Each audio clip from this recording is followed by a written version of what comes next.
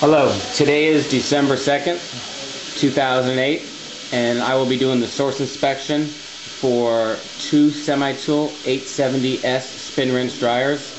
An overview of the Semitool 870S. The 8 means it's a double stack system. As you can see, this system is in a double stack configuration. The middle number 7 means that it can handle up to 6-inch round wafers.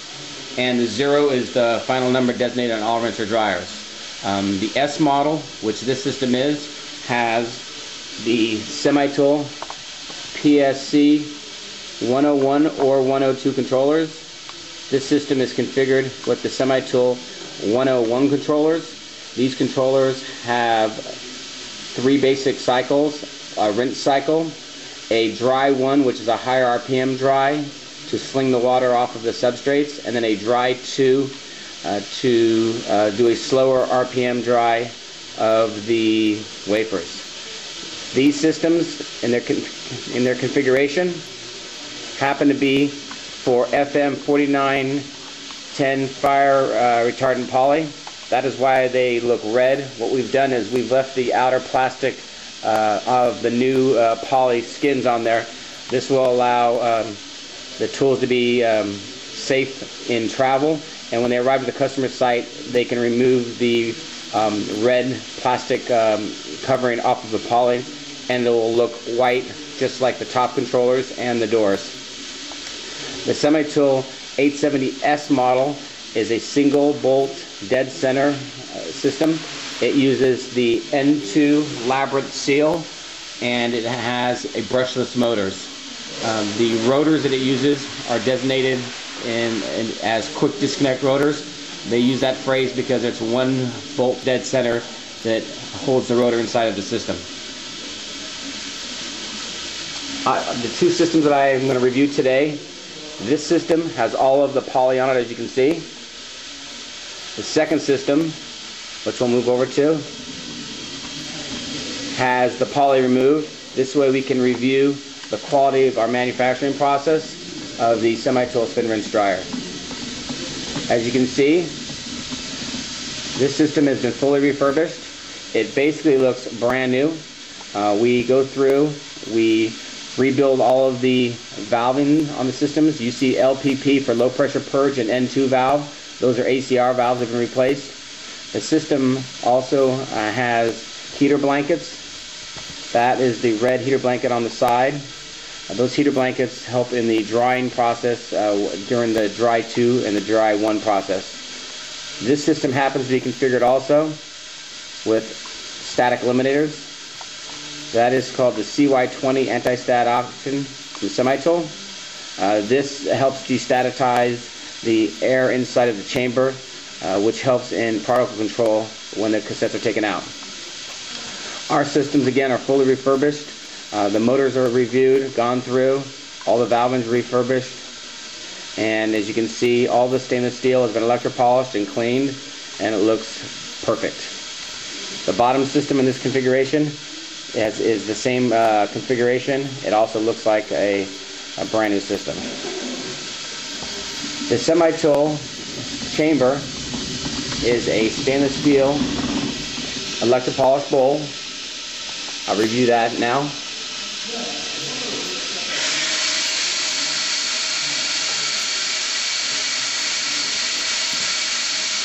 The bowl assembly is either matte finish or electropolished. This system has electropolished option on it. And for reference, this is called the Semitool rotor. The rotor is what holds the cassette. Every Semitool rotor has to be built, as you can see, custom to whatever cassette is used.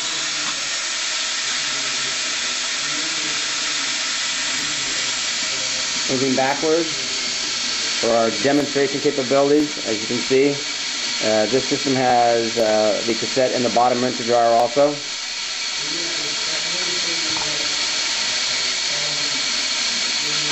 The system on a double stack configuration, because it's a brushless motor, uses auto motion amplifiers to run the motor. Those amps are mounted down below which are the black boxes you can see there.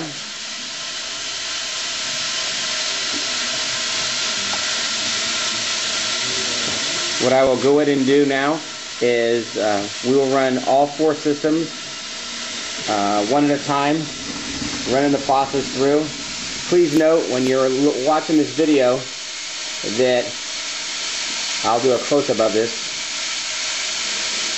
The Semitool controller looks like in the video that it's blinking. That is because the refresh rate of the human eye is slower than that of a digital camera. If you're in our final test area here, it actually is a solid idle and 0. It does not blink.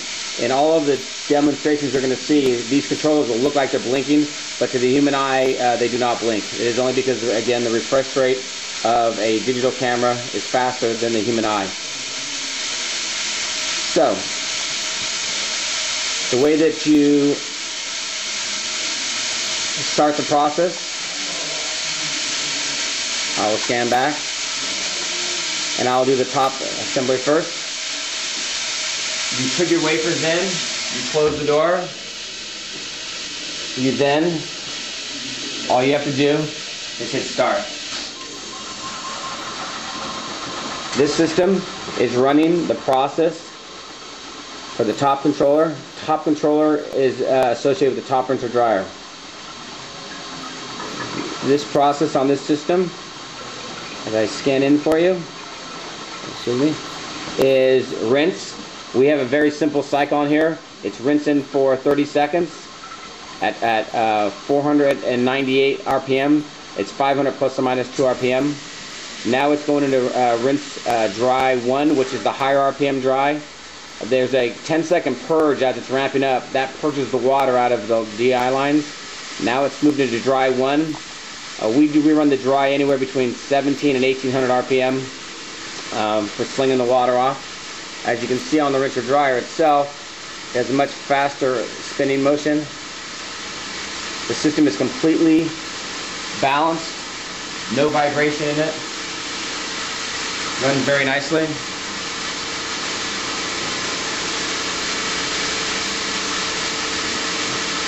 This cycle right now is basically slinging the water off of your silicon wafers. The Semitool rinser dryers can be used for silicon wafers, masks, gallium arsenide, a majority of different substrates throughout the years. We are now going into the dry 2 cycle. Dry 2 is a longer dry cycle. We're only running this for 60 seconds, and again we're running right around 500 RPM. As you can see, the wafers are moving much slower now in this process.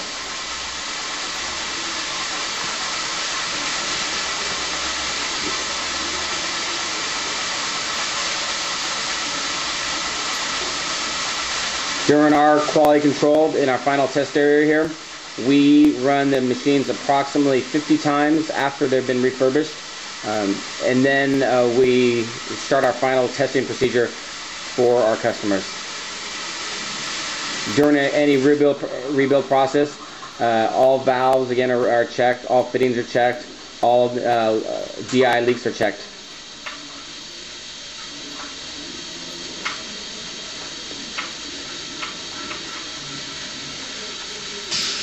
What would just happen was the rotor at the end of the process, in the back of the machine, there's a rotor that we call the RSP, rotor stop positioner. I will move the camera manually to show you that rotor stop positioner.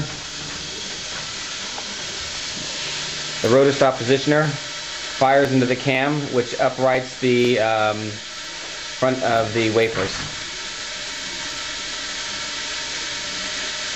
Also, this system has the DI resistivity option.